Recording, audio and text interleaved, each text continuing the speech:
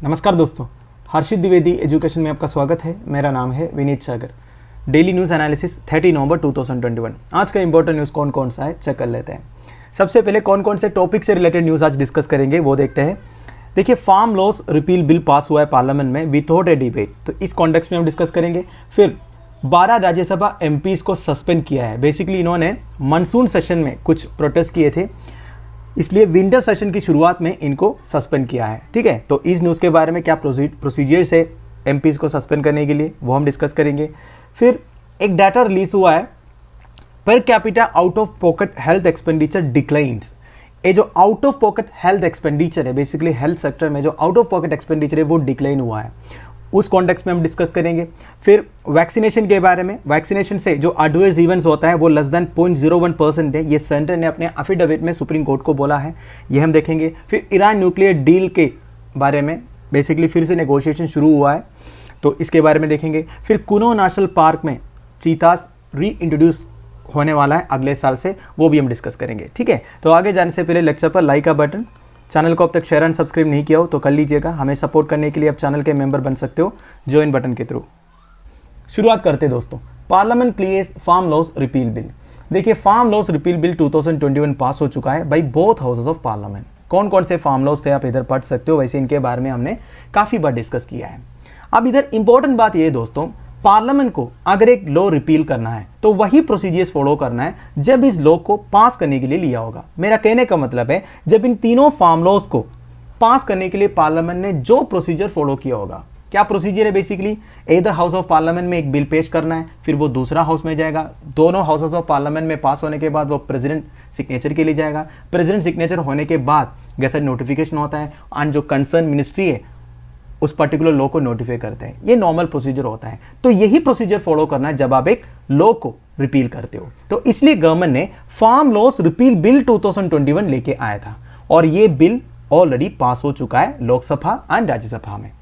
अब देखिए, ये जो फार्म लॉस रिपील करने का फैसला ऑलरेडी ले चुका था कैबिनेट ने, और ऑपोजिशन एमपीज का डिमांड तो था ही कि ये लॉस को आप रिपील करना है, तो इसलिए पार्लियामेंट में ज़्यादा वोटिंग वगैरह नहीं हुआ, बस वो इस वोट से काम चला लिया। इसका मतलब क्या है, देखिए दोस्तों, पार्लियामेंट में चाहे वो लोकसभा हो या राज्यसभा हो, कोई भी बिल के ऊपर वोटिंग होता है। अगर कोई कंट्रोवर्शियल इशू है तो नॉर्मल वोटिंग होता है, मतलब ये पूछा जाएगा कितने एमपी सपोर्ट करते हैं, कितने एमपी नहीं सपोर्ट करते। बेसिकली हर एमपीज के लिए एक डिजिटल इक्विपमेंट दिया हुआ है, इसमें येस और नो उनको प्रेस करना है, बस वही है। पहले तो कागज कार्रवाई होती थी, आजकल तो पूरा डिजिटल हो गया। ठीक है, तो इसके लिए इतना कोई वोटिंग की जरूरत नहीं था, क्योंकि सबका डिमांड था कि ये रिपील करना ही है करके।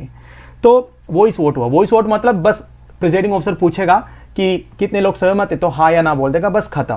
तो यही हुआ। पर एक नया प्रॉब्लम इधर शुरू हुआ है। प्रॉब्लम ये है दोस्तों, ऑपोजिशन एमपीज का कहना यह है ये बिल पास होने से पहले कोई डिबेट नहीं हुआ। देखिए, कोई भी बिल वोटिंग में डालने से पहले उसके ऊपर थोड़ा बहुत डिबेट होता है, पर इस केस में ये नहीं हुआ था। आप देखिए, गवर्नमेंट तो ये चाहता था जल्दी से जल्दी इसे निपटा ले, पर ऑपोजिशन एमपी चाहता था थोड़ा सा डिबेट हो जाए, क्योंकि वो चाहता था कि गवर्नमेंट की थोड़ी सी बेइज्जती करे।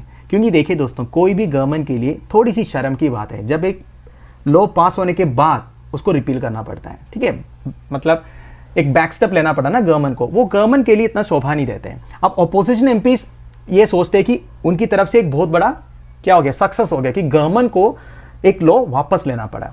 वैसे ऑपोजिशन ने इतना ज़्यादा कुछ नहीं किया था, जो कुछ भी किया हो वो फार्मर्स ने किया था, है कि नहीं।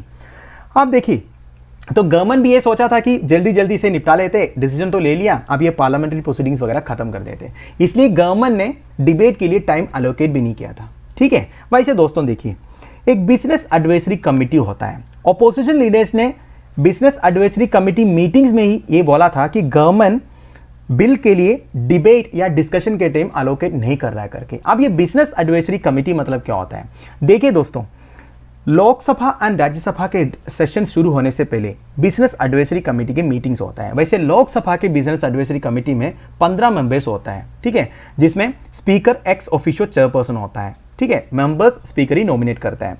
अब राज्यसभा के लिए 11 मेंबर्स होता है, including chairman and deputy chairman. Members को चेयरमैन ही नॉमिनेट करता है। ठीक है, अब ये बिजनेस एडवाइजरी कमेटी का काम क्या होता है, देखिए दोस्तों, बेसिकली एक पर्टिकुलर सेशन में अब तो विंटर सेशन चल रहा है ना, अब विंटर सेशन में क्या क्या बिल के ऊपर डिस्कशन होगा, एक एक बिल के लिए कितना टाइम अलोकेट करना है, वो सारी चीज़ें बिजनेस एडवाइजरी कमेटी ही डिसाइड करते हैं। तो इस बार की बिजनेस एडवाइजरी कमेटी जो है, जब ये मीटिंग्स कंडक्ट कर रहा था तब फार्म लॉज रिपील बिल के लिए पहले से टाइम एलोकेट नहीं किया था। तो अपोजिशन एमपीज का कहना है ये तो ऑलरेडी डिसाइडेड था कि बिजनेस एडवाइजरी कमेटी ने टाइम एलोकेट ही नहीं किया था। तो ये है बात, ठीक है। तो बिजनेस एडवाइजरी कमेटी के बारे में आपको समझ में आ गया होगा। तो और भी कुछ डिटेल्स लिखा है दोस्तों, आप पढ़ सकते हो। वैसे जो इंपॉर्टेंट पॉइंट है मैंने आपको बता दिया, ठीक है। तो एक नया कॉन्ट्रीब्यूशन शुरू हुआ है, आज बहुत सारे न्यूज़ आए इसके बारे में कि गवर्नमेंट ने डिबेट या डिस्कशन के लिए टाइम अलोकेट नहीं किया करके। और leaders of the Congress legislative party इन लोकसभा कौन है? अधीर रंजन चौधरी, ठीक है, ये ध्यान दीजिएगा। कांग्रेस लेजिस्लेटिव पार्टी का लीडर इन लोकसभा कौन है? अधीर रंजन चौधरी है।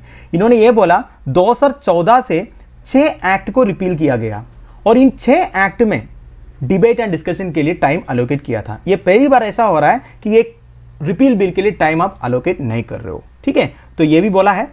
तो अब देखिए ये बिजनेस एडवाइजरी कमेटी के फंक्शंस के बारे में और कुछ लिखा है, वो भी मैं आपको बता देता हूँ।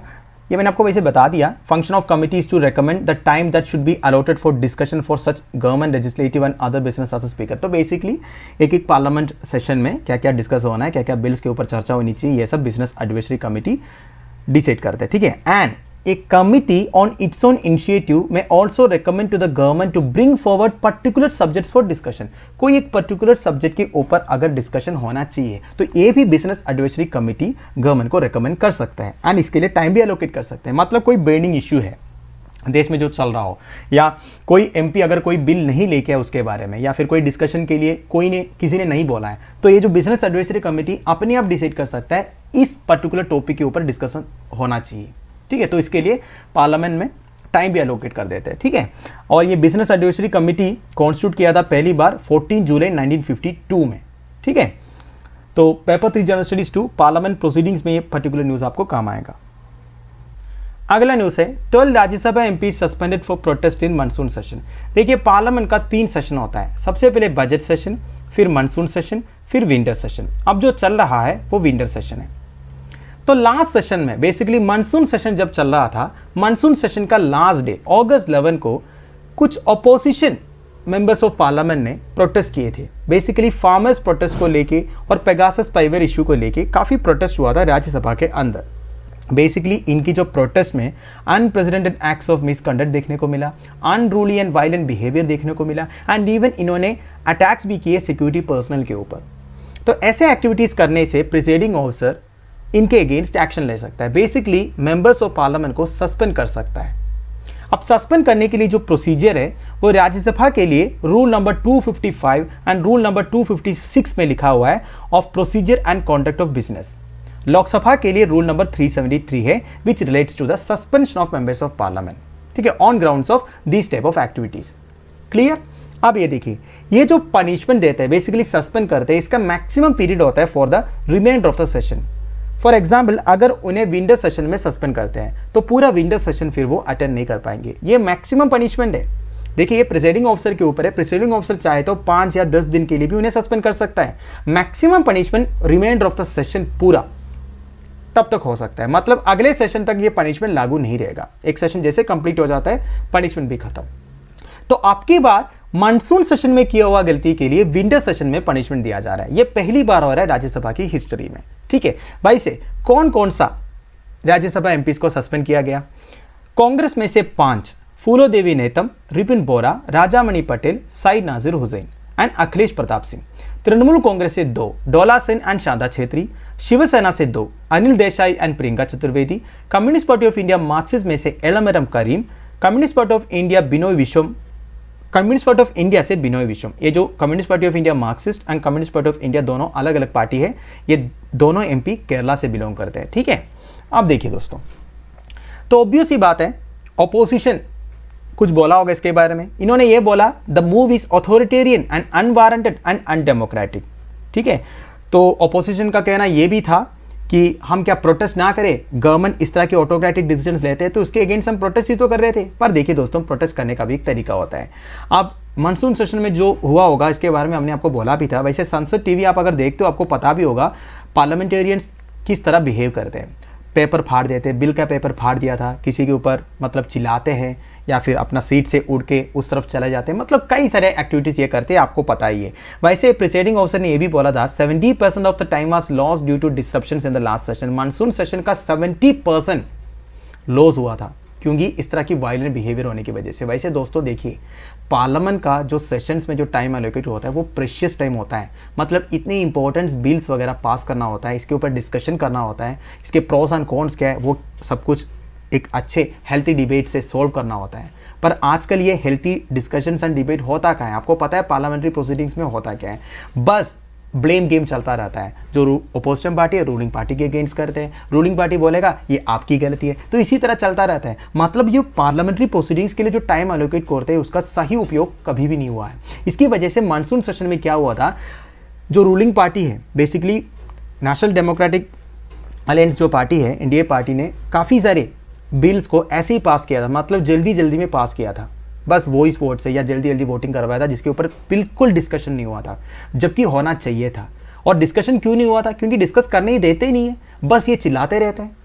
अब मैं आपको बोल रहा हूँ, देखिए एक पार्लियामेंट के अंदर प्रोटेस्ट तो होना चाहिए, पर इसका मतलब ये नहीं है कि एक इंपॉर्टेंट बिल के ऊपर चर्चा हो रही है और आप वो करने नहीं दे रहे हो, है कि नहीं। ये देश की भविष्य का एक सवाल है कि नहीं। तो इस तरह सस्पेंड किया गया है। अगर आपको suspension of members of parliament के बारे में ज़्यादा डिटेल्स चाहिए, आप हर्षित द्विवेदी नाम के साथ सर्च कीजिए, हमने 2-3 वीडियो बना रखा है regarding suspension of members of parliament, ठीक है, वीडियो आप देख सकते हो, राइट।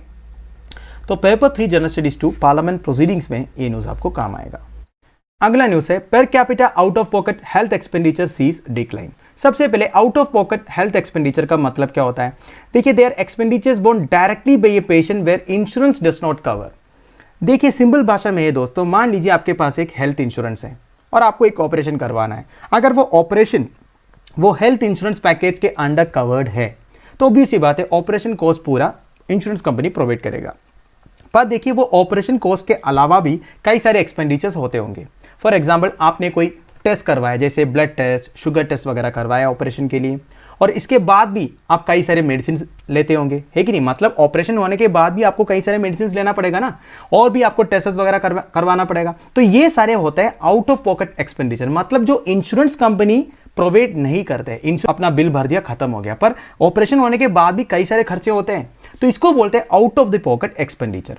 तो नेशनल हेल्थ अकाउंट्स की कुछ फाइंडिंग्स रिलीज हुआ है, बेसिकली हमारा हेल्थ सेक्रेटरी राजेश भूषण साहब ने ये रिलीज किया है। उसमें कुछ इंपॉर्टेंट पॉइंट्स हैं।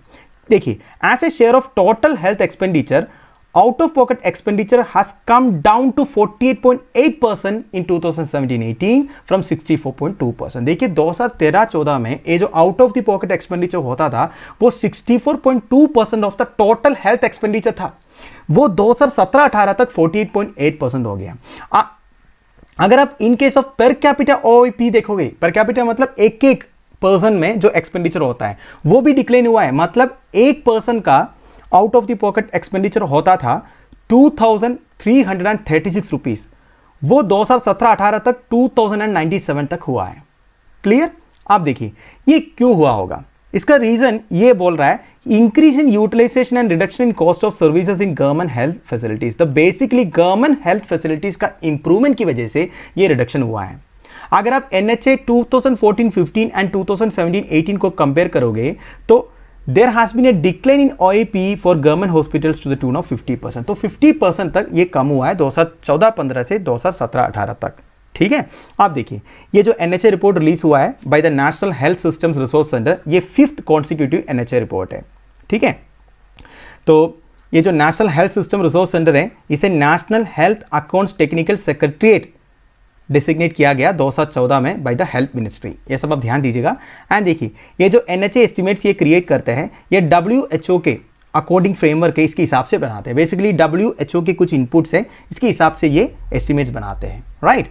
आप देखिए और भी कई सारे पॉइंट्स है इसमें, जैसे देखिए गवर्नमेंट का हेल्थ एक्सपेंडिचर में इंक्रीज नजर आया है। 2013-14 में 1.15% था और 2017-18 में वो 1.35% हो गया था। अब तो और ज़्यादा हो गया होगा क्योंकि ये कोविड-19 पैंडेमिक आने के बाद गवर्नमेंट ने डिसाइड किया है हेल्थ सेक्टर में और ज़्यादा इन्वेस्ट करने के लिए। ठीक है।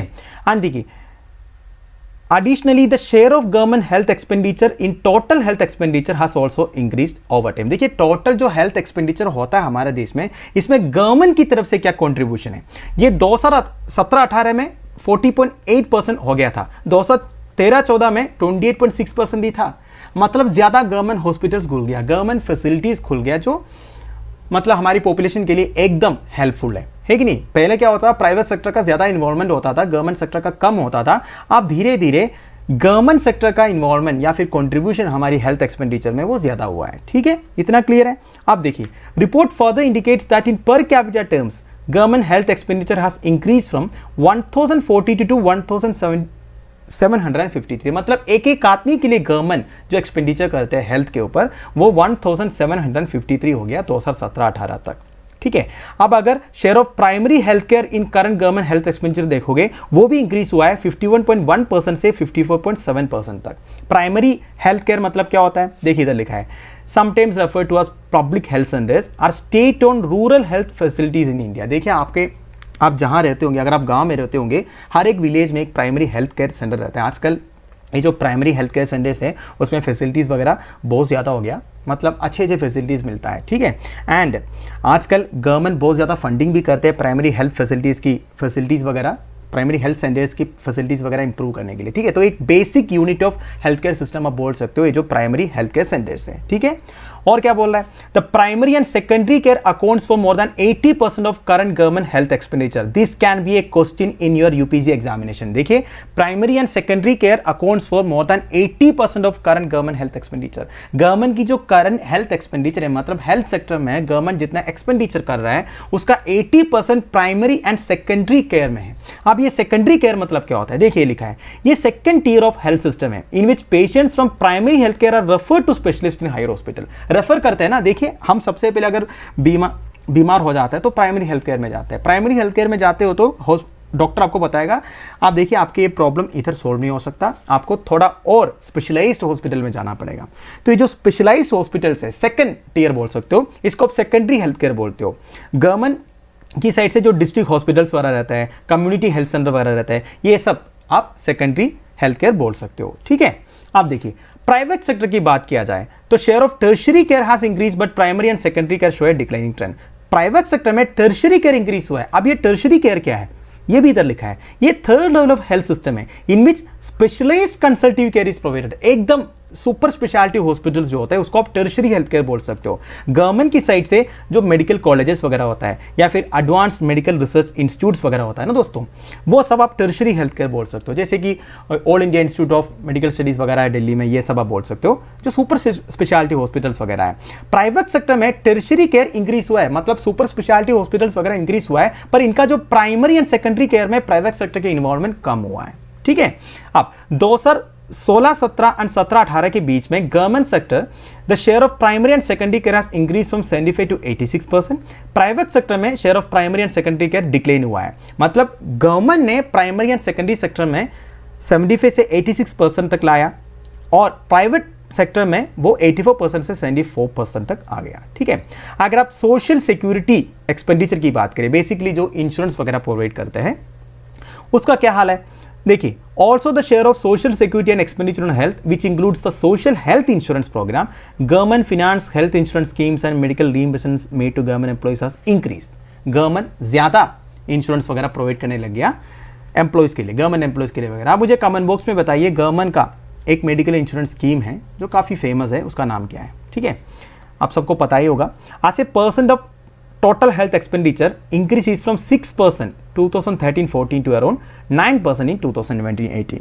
ठीक है, तो बेसिकली टोटल हेल्थ एक्सपेंडिचर में इंक्रीज हुआ है बोल रहे हैं 2013-14 से 2017-18 तक। मैं आपको फिर से बता रहा हूँ, ये जो टोटल परसेंटेज है ना टोटल हेल्थ एक्सपेंडिचर में, ये अभी 2020-21 में और इंक्रीज होगा और कुछ डाटा आने से आपको पता चल जाएगा, क्योंकि कोविड-19 पैंडेमिक के बाद गवर्नमेंट को ये पता चला है हेल्थ सेक्टर में कितना इन्वेस्ट करना, मतलब ज़्यादा इन्वेस्ट करना कितना ज़रूरी होता है। ठीक है, तो पेपर 3 जनरल स्टडीज 2 हेल्थ में आपको ये न्यूज़ काम आएगा। देखिए दोस्तों, इसमें मैंने जितने भी पॉइंट्स बोला ना वो सारे इंपॉर्टेंट है, आपका नोट्स में इनकॉर्पोरेट कीजिएगा। जैसे कि ये primary and secondary care accounts for more than 80% वगैरह, फिर जितने भी परसेंटेज बोला है ना, मतलब इंक्रीज हुआ या डिक्रीज हुआ है, बस आप इतना ही जान लीजिए, क्योंकि इस तरह की स्टेटमेंट्स आपसे पूछते हैं। स्टेटमेंट्स ऐसा आ जाएगा, इन सोशल सिक्योरिटी स्कीम में गवर्नमेंट का जो इन्वेस्टमेंट है वो इंक्रीज हुआ है या डिक्रीज हुआ है, ट्रू और फॉल्स, इस तरह की स्टेटमेंट्स आ सकते हैं। ठीक है, तो जितने भी पॉइंट्स हैं ये सब आपके लिए इंपॉर्टेंट है, ध्यान दीजिएगा।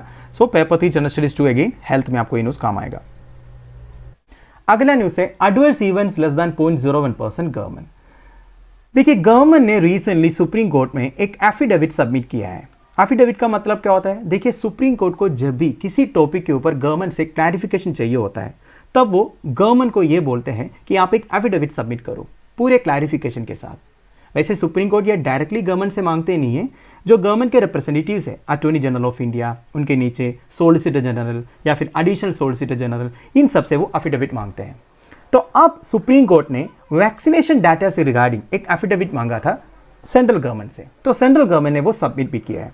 अब इस न्यूज़ का बैकग्राउंड थोड़ा चेक करते हैं। वैसे सुप्रीम कोर्ट ने क्यों मांगा था गवर्नमेंट से ये डाटा? क्योंकि national technical advisory group on immunisation का एक फॉर्मर मेंबर है डॉक्टर जेकब पुलियल। वो ये चाहते थे कि government and its bodies and the 2 domestic vaccine manufacturers Serum Institute of India and Bharat Biotech to transparently reveal clinical trial and vaccination data. मतलब देखिए दोस्तों, हमारे देश में जितने डोमेस्टिक वैक्सीन मैन्युफैक्चरर्स है, एक है सीरम इंस्टीट्यूट ऑफ इंडिया, दूसरा है भारत बायोटेक। अब ये सीरम इंस्टीट्यूट ऑफ इंडिया ने कोविशील्ड बनवाया था और ये Bharat biotech in collaboration with Indian council of medical research, इनके साथ ही तो कोवैक्सीन बनवाया था ना। तो डॉक्टर जेकब पुलियल ये चाहते हैं ये जो दोनों डोमेस्टिक मैन्युफैक्चरर्स अपना clinical trial and vaccination data provide करें, including recording and reporting of adverse events. कहने का मतलब ये दोस्तों, ये एक वैक्सीन बनाने का प्रोसीजर क्या है? वैक्सीन पूरा तैयार होने के बाद क्लिनिकल ट्रायल्स होते हैं, मतलब वॉलंटरी पर्सन्स में ट्रायल होता है, ये चेक करते हैं उनमें कुछ एडवर्स इफेक्ट्स आ रहा है कि नहीं, कुछ साइड इफेक्ट्स है कि नहीं, वो सब चेक करते हैं। अब डॉक्टर जेकब पुलियल ये चाहता है ये दोनों वैक्सीन मैन्युफैक्चरर्स अपना पूरा clinical trial and vaccination data and अगर कुछ एडवर्स इवेंट्स हुआ है क्लिनिकल ट्रायल्स के दौरान, ये रिलीज करने के लिए। तो इसलिए सुप्रीम कोर्ट ने ये बोला कि गवर्नमेंट को एक एफिडेविट सबमिट करने के लिए। तो गवर्नमेंट की ये जो एफिडेविट है बेसिकली पूरी क्लैरिफिकेशंस में काफ़ी सारे पॉइंट्स हैं। गवर्नमेंट ने क्या क्या बोला है? गवर्नमेंट ने सबसे पहली बात तो ये बोला कि वैक्सीनेशन वॉलंटरी है, मतलब अगर कोई नहीं चाहता है वैक्सीनेशन लेने के लिए तो वो मना भी कर सकते हैं। एंड सीरियस और severe effects of inoculation including health account for less than 0.01%।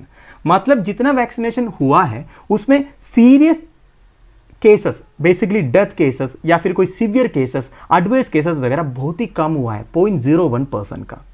ठीक है, अब देखिए the percentage of such effect having serious severe including death in case of both Covaxin and Covishield is less than 0.01%।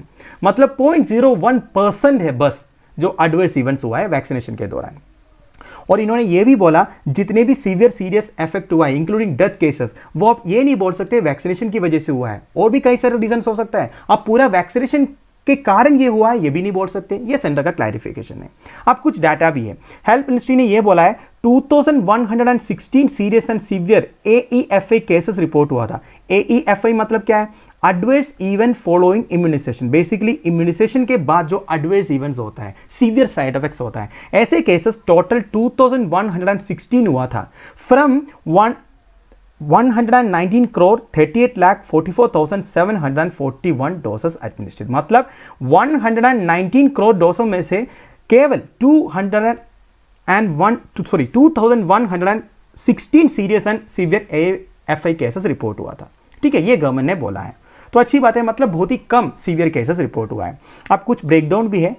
देखिए 495 मतलब 463 Covishield से, 32 Covaxin से, and another report में 1356 cases जिसमें 1236 कोविशील्ड से था, 118 कोवैक्सीन से था और 2 स्पुतनिक से था। मतलब जो एडवर्स केसेस हुआ है ये बोला है। ठीक है, अब देखिए और भी कुछ डेटा है कि here the casualty assessments help to understand whether the adverse event following immunization was caused directly due to vaccine and are conducted at state and national level। Basically वही बोल रहा है दोस्तों, ये जो adverse events हुआ है, ये जो 2116 केसेस का हुआ है, ये वैक्सीनेशन के कारण हुआ है, ये आप बोल नहीं सकते।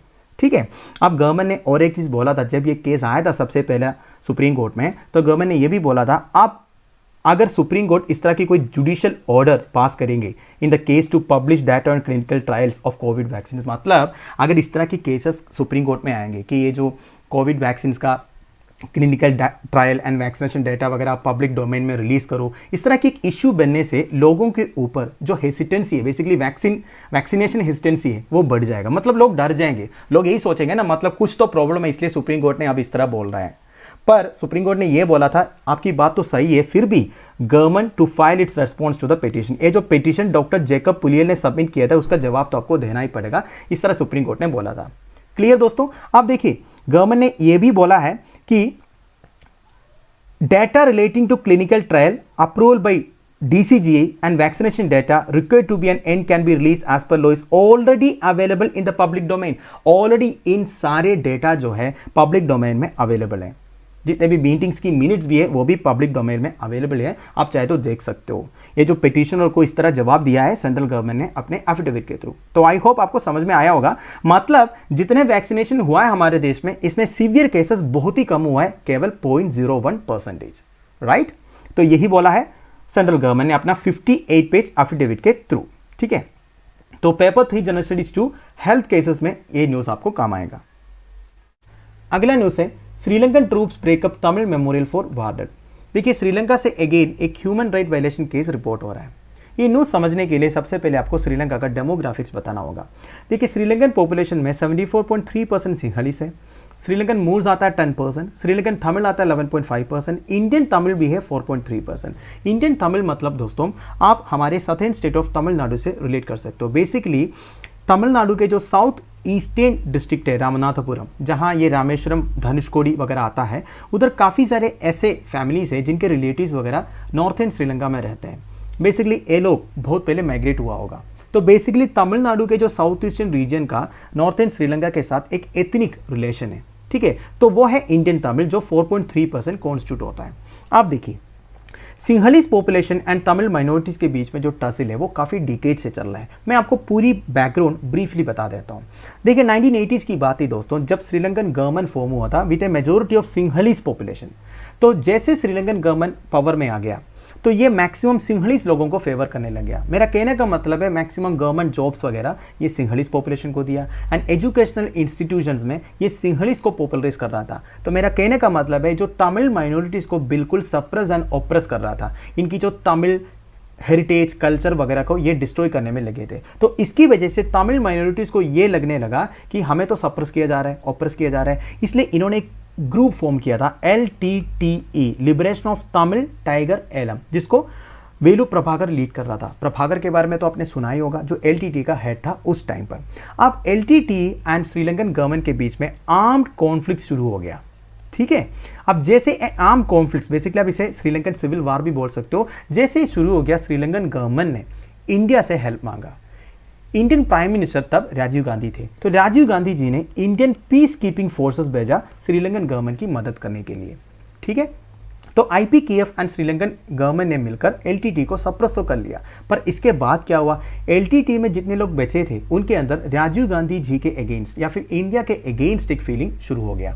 तो इसलिए LTTE के कुछ मेंबर्स ने राजीव गांधी को असैसिनेट किया जब वो तमिलनाडु में एक इलेक्शन स्पीच के लिए आया था। एक सुसाइड बॉम्बिंग केस था, इसके बारे में भी आपको शायद पता होगा। अब राजीव गांधी असैसिनेशन केस के बारे में आपको ज़्यादा डिटेल चाहिए, आप हर्षित द्विवेदी नाम के साथ सर्च कीजिए, आपको एक वीडियो मिल जाएगा जिसमें हमने राजीव गांधी असैसिनेशन के बारे में डिटेलली कवर किया है। अब हम वापस न्यूज़ में आते हैं। तो LTTE एंड श्रीलंकन गवर्नमेंट के बीच में जो सिविल वार हुआ उसमें जितने तमिल मेंबर्स मारे गए थे उन्हें कोमेमोरेट करने के लिए ये नॉर्थ ईस्टर्न श्रीलंका में मुल्लेटिवु करके एक जगह में एक वार मेमोरियल सेटअप किया था, और नवंबर 27 को ये हीरोज डे भी मनाते हैं to honour members of the militant group who died in the conflict. तो हुआ ये था दोस्तों, नवंबर 27 को ये मुल्लेटिवु में जब हीरोज डे मना रहा था तब कुछ आर्म ट्रूप्स आए और इनके ऊपर असोल्ट किया। जितने भी जर्नलिस्ट वगैरह थे ये सेरेमनी को कवर करने के लिए इनके ऊपर भी इन्होंने अटैक किया। बहुत भयंकर अटैक हुआ, और बोला ये जा रहा है इस तरह माइनॉरिटी तमिल कम्युनिटी के अगेंस्ट कॉन्स्टेंट हरासमेंट होता है बाय द सिक्योरिटी अथॉरिटीज। तो अब ये भी केस हो गया, तो ये और क्लियर हो गया तमिल माइनॉरिटीज के अगेंस्ट इस तरह हरासमेंट तो होता ही रहता है श्रीलंका में। वैसे और एक चीज़ ये है दोस्तों, जब से गोटाबया राजपक्सा श्रीलंका का प्रेसिडेंट बना है तब से इन्होंने जितने भी तमिल कमेमोरेशंस ऑफ द वार है इसको बैन किया है। मतलब LTTE एंड श्रीलंकन गवर्नमेंट के बीच में जो सिविल वार हुआ था इसमें जितने तमिल मेंबर्स मारे गए थे उन्हें कॉमेमोरेट करने के लिए किसी भी तरह का कॉमेमोरेशन नहीं होना चाहिए करके श्रीलंकन प्रेसिडेंट गोटाबाया राजपक्षे ने ऑलरेडी डिक्लेयर किया था। तो इसलिए ये जो आर्म ट्रूप्स है, बेसिकली सिक्योरिटी अथॉरिटीज़ है, ये मेमोरियल को तोड़ दिया और जितने लोग उधर थे उन्हें असोल्ट भी किया, राइट। और एक इंटरेस्टिंग बात यह है दोस्तों, अभी का जो प्रेसिडेंट है गोटाबाया राजपक्षा, ये 2009 में श्रीलंका का डिफेंस चीफ था और 2009 में ही श्रीलंका किया था, जिसकी वजह से गोटाबाया राजपक्षा का ब्रदर महिंदा राजपक्षा अगला इलेक्शंस भी जीते थे, क्योंकि मेजोरिटी ऑफ सिंहलीज पॉपुलेशन को ये बहुत अच्छा लगा था जब वो टाइगर फोर्सेस को कंप्लीटली डिफीट किया था। और गोटाबाया राजपक्षा का ब्रदर महिंदा राजपक्षा अगला प्रेसिडेंट भी बन गया श्रीलंका का। वैसे दोस्तों ये जो सिविल वार चला था ना श्रीलंका में एलटीटी एंड श्रीलंकन फोर्सेस के बीच में, इससे कम से कम 1 लाख लोगों का डेथ हुआ था और यूएन एस्टिमेट्स के हिसाब से श्रीलंकन फोर्सेस ने करीब 40,000 तमिल सिविलियंस को मारा है।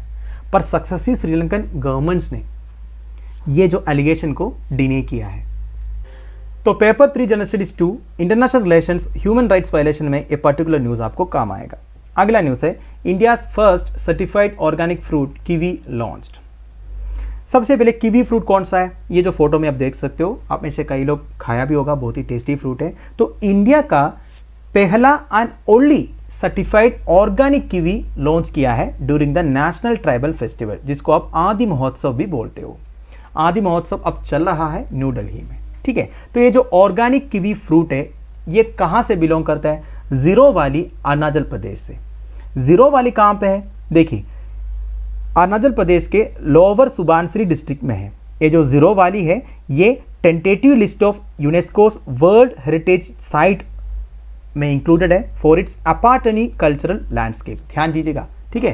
टेंटेटिव लिस्ट में मतलब फाइनल लिस्ट में नहीं है, ये इंक्लूड हो सकता है। बेसिकली यूनेस्को का वर्ल्ड हेरिटेज साइट लिस्ट में इंक्लूड होने के लिए सबसे पहले टेंटेटिव लिस्ट में कुछ साल रहना पड़ता है, इसके बाद देखा जाएगा यूनेस्को का जो टीम है, इसके बाद फाइनली इसको वर्ल्ड हेरिटेज साइट में इंक्लूड करते हैं। तो बेसिकली लोअर सुबनसिरी डिस्ट्रिक्ट में एक अपार्टनी कल्चरल लैंडस्केप है, इसके लिए जीरो वाली यूनेस्को का टेंटेटिव लिस्ट में है। इतना क्लियर है। आप देखिए तो ऑर्गेनिक कीवी मतलब क्या है दोस्तों, बेसिकली ऑर्गेनिक फार्मिंग से क्रिएट किया होगा। ऑर्गेनिक फार्मिंग मतलब आप केमिकल फर्टिलाइजर्स वगैरह यूज नहीं करेंगे। तो इंडिया का पहला and only certified organic kiwi launch किया है आदि महोत्सव के दौरान।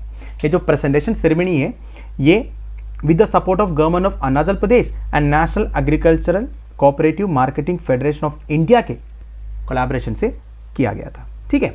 तो अरुणाचल प्रदेश इंडिया का पहला स्टेट है जिनको organic certification of kiwi fruit मिला है under the mission organic value chain development for north eastern region mission, ठीक है। एक मिशन था नॉर्थ ईस्टर्न स्टेट्स के लिए सेंट्रल गवर्नमेंट की तरफ से, mission organic value chain development for north eastern region. तो इस मिशन के अंडर अरुणाचल प्रदेश ऐसा पहला स्टेट है जिनको organic certification of kiwi fruit मिल चुका है, ठीक है।